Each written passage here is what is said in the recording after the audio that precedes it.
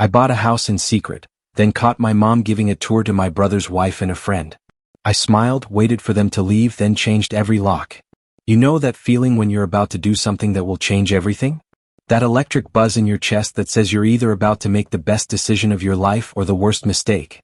Well, I had both sensations coursing through me as I signed the papers for 1247 Oak Valley Lane. My name is Charles, and 6 months ago I did something my family would never see coming. I bought a house. Not just any house, a gorgeous 4-bedroom colonial in the heart of Willowbrook Estates, complete with a wraparound deck, crown molding throughout, and a kitchen that belonged in Southern Living magazine. The kind of place I'd dreamed about since I was 12 years old, sketching house plans in my notebooks during algebra class. But here's the thing, I didn't tell anyone. Not my parents, not my older brother Trevor, not even my best friend Connor. The house was my secret, my sanctuary, my chance to finally have something that was completely and utterly mine. Growing up as the younger son in the Walker family meant I was used to being second best. Trevor, my older brother by 4 years, was the star, varsity basketball captain in high school, MBA from Duke, married to his college sweetheart, Natalie, and now running Dad's insurance agency. Meanwhile, I was just Charles, the steady one, the one who worked nights through state college, who saved every dollar, who never asked for handouts. While Trevor got a down payment gift for his first house and a company car, I got lectures about building character through hard work. So when I finally had enough saved for a down payment, after 6 years of working as a physical therapist and running a weekend landscaping business, I decided to prove just how much character I'd built. I found the perfect house, got pre-approved for a mortgage, and made an offer without breathing a word to anyone. The seller, Mr. Henderson, was relocating to Arizona for his retirement. He loved that a young professional was buying his family home, the place where he'd raised 3 kids and hosted countless barbecues. During the final walkthrough, he told me stories about 4th of July parties on the deck, Christmas mornings around the fireplace, and how the kitchen window had the perfect view of the sunset over the valley. "This house deserves someone who'll appreciate it," he said, handing me the keys on closing day. "Take good care of her." I spent 4 months secretly making it mine, piece by piece. I'd drive there after work, sometimes just to sit on the deck with a beer and watch the stars come out. I planted oak saplings in the backyard and installed a fire pit for those cool Virginia evenings. I even adopted a rescue dog, a golden retriever mix I named Scout, who seemed to understand that our little paradise was our precious secret. The plan was simple: live there quietly until Thanksgiving, get fully settled, then casually mention my new place during family dinner and watch their faces when they realized their irresponsible younger son had bought a house all on his own. But life has a funny way of destroying even the best laid plans. It was a Wednesday afternoon in mid-October when everything started to unravel. I was at the clinic helping Mrs. Thompson with her post-surgery exercises when my phone buzzed with a notification from my Ring doorbell app. Yes, I'd installed the security system. Call me paranoid, but I'm a single guy living alone, and after binge-watching too many crime documentaries, I wasn't taking chances. The cameras were subtle, positioned to monitor the front entrance, back patio, and driveway. I rarely checked them during work hours, but something made me glance at my phone between patients. My blood turned to ice. There, clear as day on my front porch, stood my mother. And she wasn't alone. Natalie, Trevor's wife, was with her, along with someone I didn't recognize, a brunette woman in a sharp blazer carrying what looked like a portfolio. Mom was fumbling with something in her purse. Then she pulled out a key to my house. I watched in horror as my mother unlocked my front door and gestured for the other women to follow her inside. The timestamp showed they'd been there for 12 minutes already. "Mrs. Thompson, I'm so sorry, but I have a family emergency," I said, my voice somehow steady despite the earthquake happening in my chest. "We'll need to reschedule your session." I drove home like a man possessed, my mind racing with questions. How did Mom get a key? How did she even know about the house? And what the hell was she doing giving tours to Trevor's wife and some random woman in business attire? By the time I reached Oak Valley Lane, the women were gone, but evidence of their intrusion was everywhere. The front door was unlocked. Mom had always been careless about securing things. Inside, I could see signs of their visit. Couch cushions shifted, cabinet doors left ajar, even my bedroom closet standing open.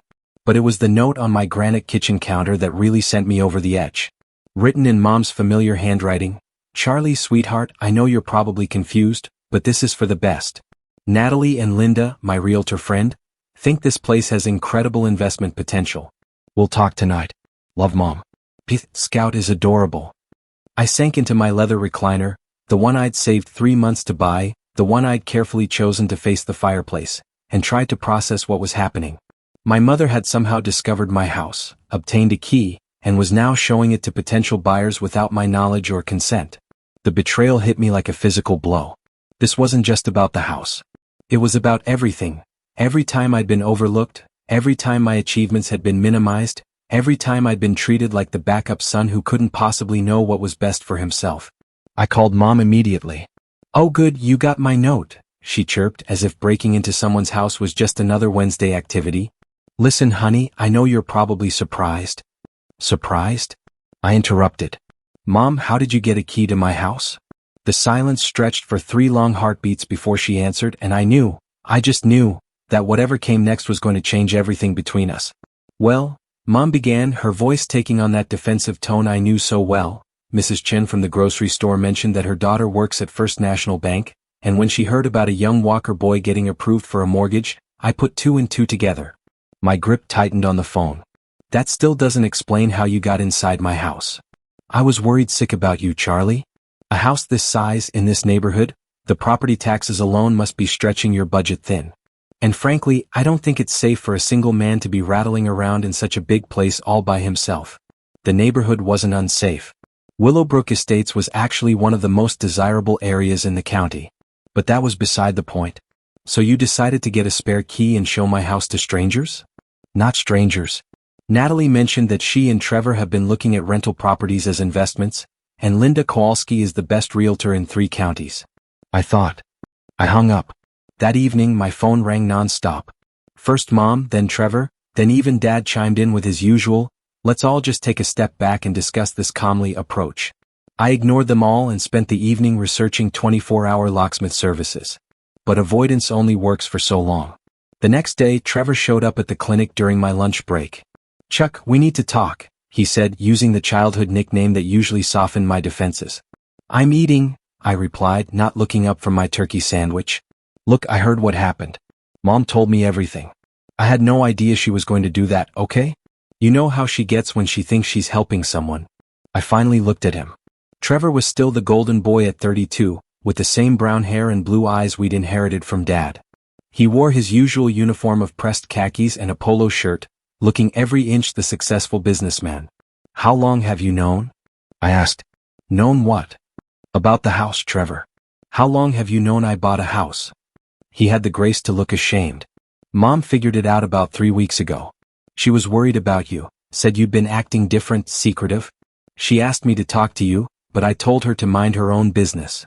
Clearly she listened to that advice. Charlie, come on. She's just trying to look out for you. This neighborhood, this mortgage, it's a big responsibility for someone in your position." That phrase, "someone in your position," hung in the air between us like a challenge. Because what he really meant was someone who wasn't the family success story. Someone who'd gone to state college instead of Duke. Someone who worked with his hands instead of pushing papers in an executive office. "Trevor," I said, standing up and throwing away the rest of my sandwich, "if you or Natalie or anyone else shows up at my house uninvited again, I'm calling the police. That's not a threat, it's a promise." His face flushed red.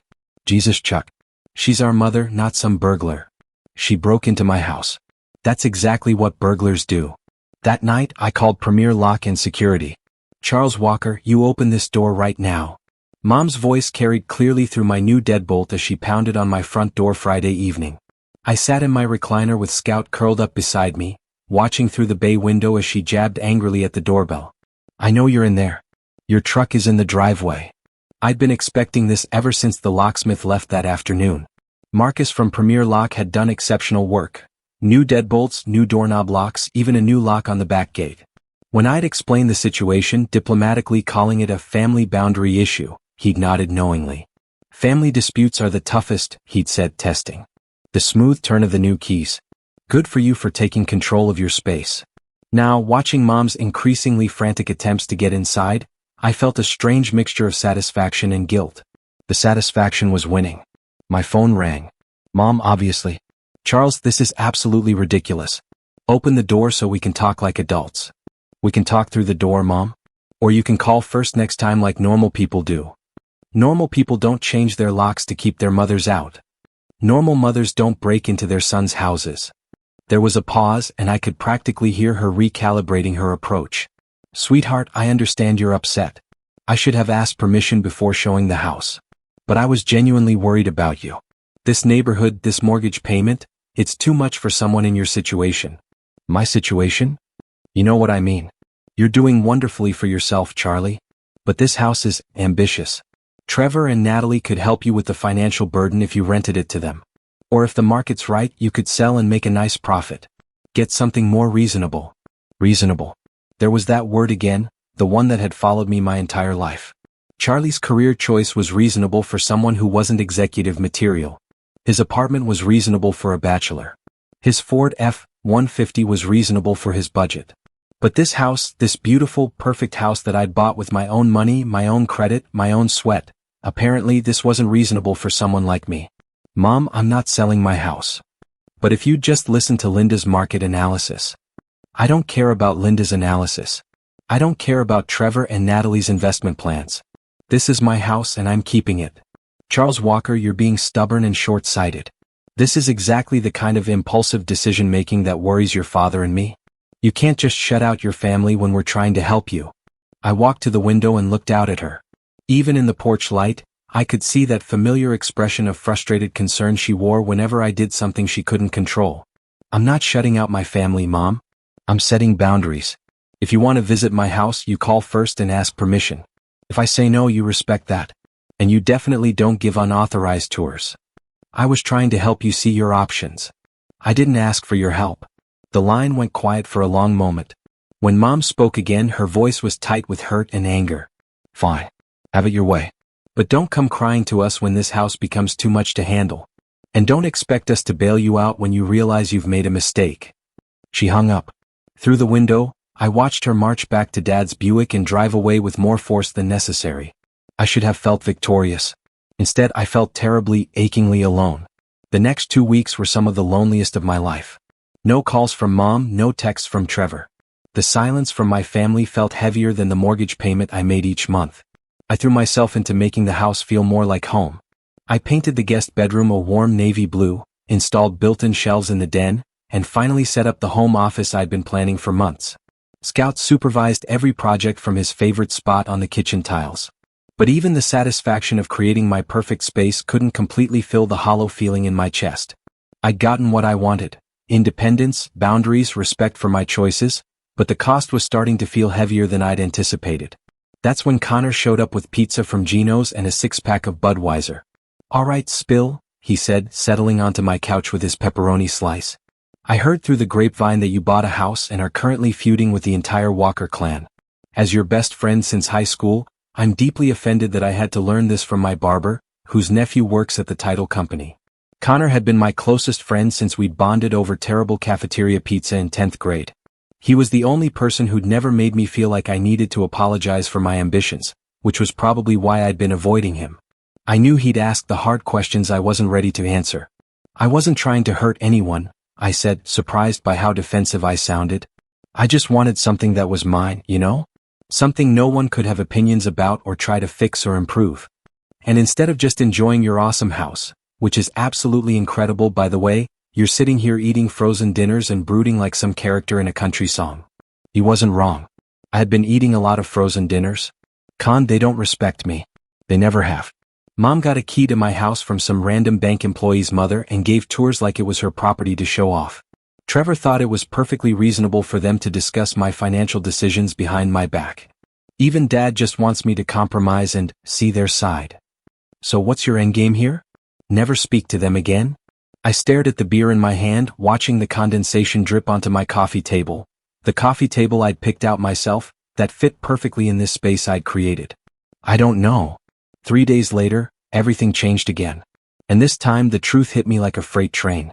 I was leaving the clinic when I spotted Trevor's silver Accord in the parking lot, but instead of Trevor behind the wheel, it was Natalie. My sister-in-law rolled down the window as I approached my F-150, her usual bright smile replaced by something more serious. Can we talk? She asked.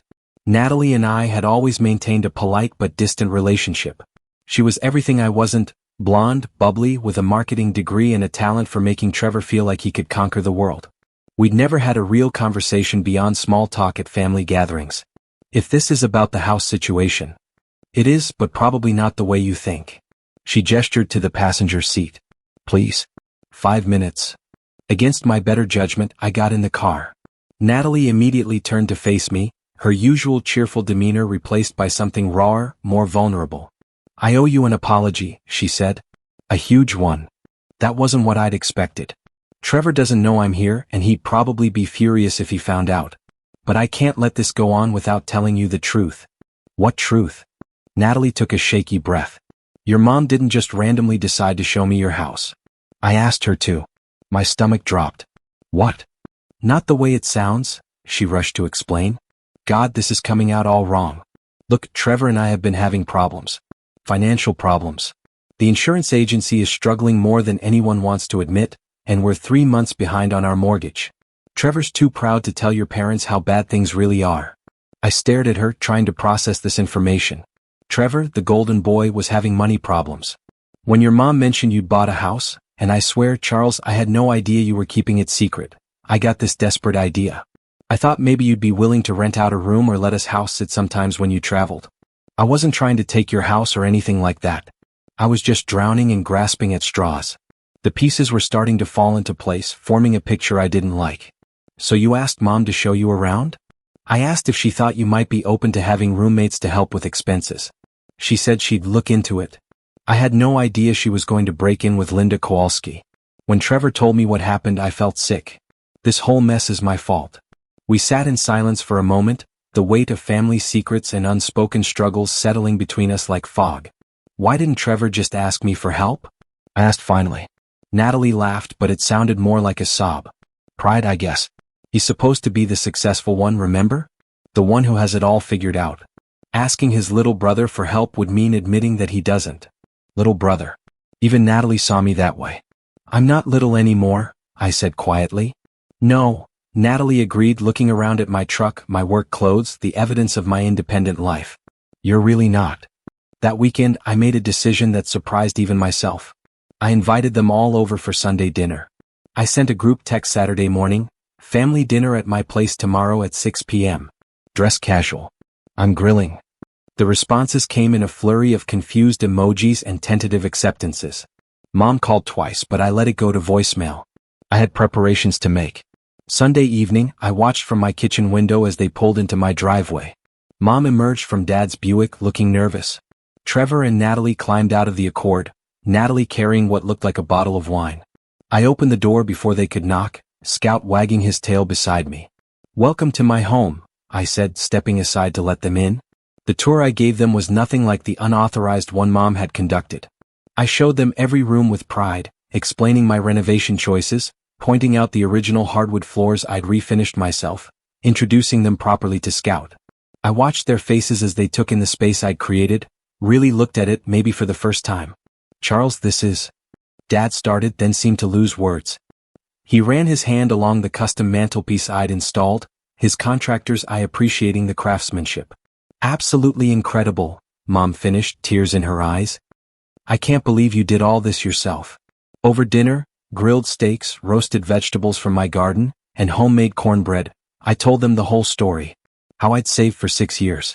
How I'd researched neighborhoods and mortgage rates and home inspectors. How I'd fallen in love with this house the moment I saw the listing online. But why didn't you tell us? Mom asked, her voice small. We could have helped. Because I wanted to do it myself, I said simply. Because every time I've made a decision in my life, someone in this family has had an opinion about how I could do it better. I wanted one thing, just one thing, that was completely mine. Trevor shifted uncomfortably. We don't do that. Don't you? I looked around the table. Trevor, when I started my landscaping business, what did you say? He was quiet. You said it was good that I had a little side hustle to keep me busy. Dad, when I got my physical therapy license, you said it was solid work for someone who wasn't cut out for business school. The silence stretched uncomfortably. I love you all, I continued, but I needed to prove to myself that I could make good decisions without a committee. And I did. I bought a house and it's perfect and I'm proud of myself. We talked until almost midnight, clearing the air about decades of assumptions and unspoken expectations. When Natalie confessed about their financial troubles, I offered Trevor a partnership in expanding my landscaping business. When Mom admitted she'd been worried I was lonely, I promised to call more often. As I watched their taillights disappear down Oak Valley Lane, Scout beside me on the porch, I felt something shift in my chest.